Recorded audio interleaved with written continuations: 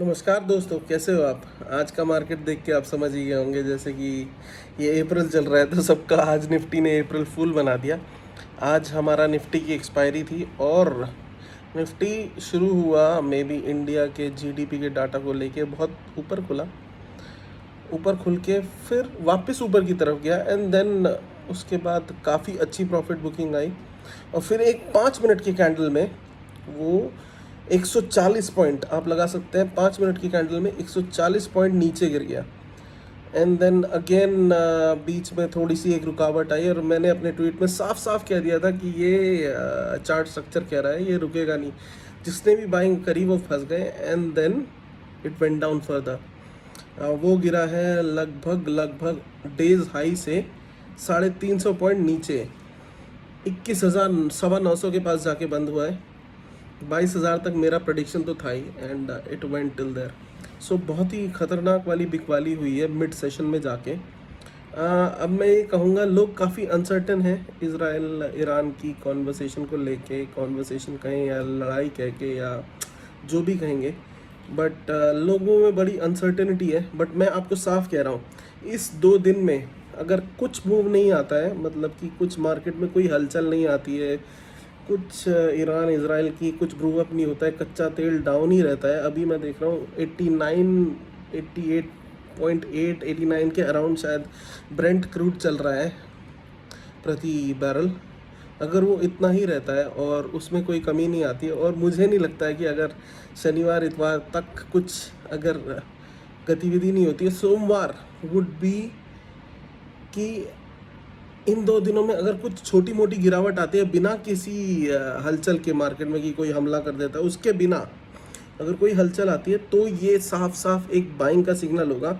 22,000 21,800 मेरा perfect buying zone है अगर कोई हलचल नहीं आती है मार्केट में, अगर कोई लड़ाई नहीं होती है, कोई कुछ नहीं होती है। लड़ाई होती है तो अलग बात है, पर लड़ाई नहीं होती है मतलब कि ईरान इसराइल आपस में द्वंद्व युद्ध नहीं कर लेते हैं, तो तब तक 21,800 मेरा परफेक्ट जोन रहेगा निफ्टी का बाइंग का। और मैं ज़रूर कुछ ना कुछ बाय करूँगा, या फिर मैं निफ्टी का ETF खरीदूँगा या निफ्टी में कोई एक बढ़िया सा स्टॉक खरीदूँगा। आज मैंने देखा टाटा मोटर्स 350 पॉइंट 3.5% सॉरी माफ़ कीजिएगा 3.5% गिरा है।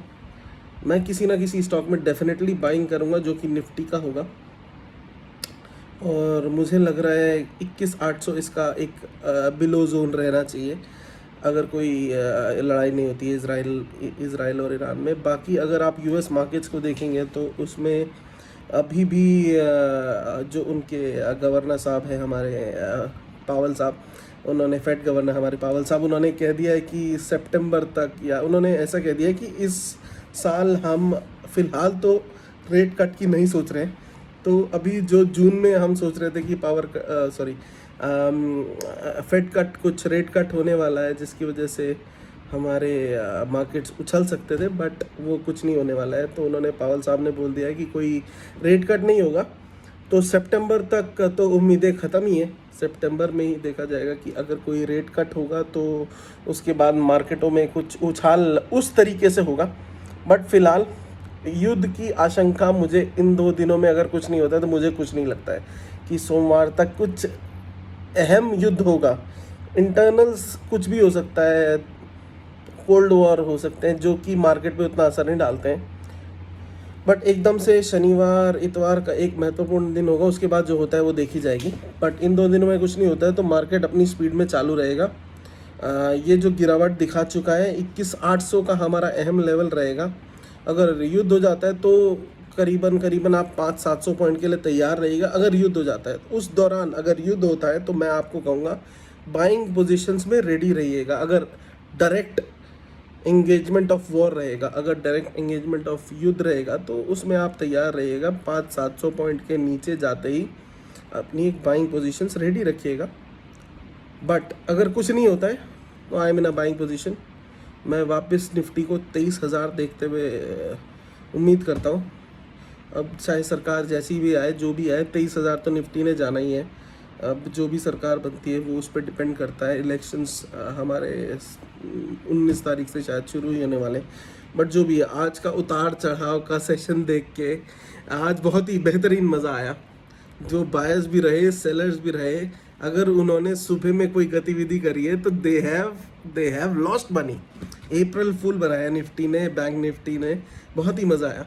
But after mid market session जो फॉल दिखाया है, उसके बाद जब 150 पॉइंट का एक फॉल दिखाया, उसके बाद जो मेरे को लग गया था कि अब ये मार्केट उठेगा नहीं। लोग कह रहे थे कि हाँ एक पॉइंट पे आ चुका है जहाँ से उठ सकता है, but no, it didn't met it back, it went further. वो गिरा है पूरा 350 पॉइंट का फॉल दिखा है। आज तो निफ्टी ऐसा लगा कि एक माइक्रो कैप स्टॉक की तरह डंप एंड पंप का पूरा एक खेल दिखा रहा था। सो जो भी है, this is my market strategy. और बहुत बहुत अच्छा लगता है आप सब लोगों से बात करने के लिए। तो मैं अपना ये channel stock bear share bear आपके साथ साझा करते हुए मेरे इस ट्विटर चैनल को फॉलो करें। आपको हर मिनट की एक मिनट की खबर मिलती रहेगी, और आपको हर गतिविधि स्टॉक मार्केट में जो भी हो रहा है, जैसे आज इन्फोसिस और बजाज ऑटो के रिजल्ट आए, वो भी मैंने साझा किए है। क्या मार्जिन्स रहेंगे उनकी, क्या प्रॉफिटेबिलिटी रहेगी उनकी, वो मैंने सुबह ही साझा कर दिए थे। और उसी हिसाब से शायद मेरे को परसों ही चार्ट स्ट्रक्चर के हिसाब से लग गया था। तो धन्यवाद दोस्तों, बहुत बहुत अच्छा लगता है आपके साथ जुड़ के। धन्यवाद। वंदे मातरम, जय हिंद, थैंक यू।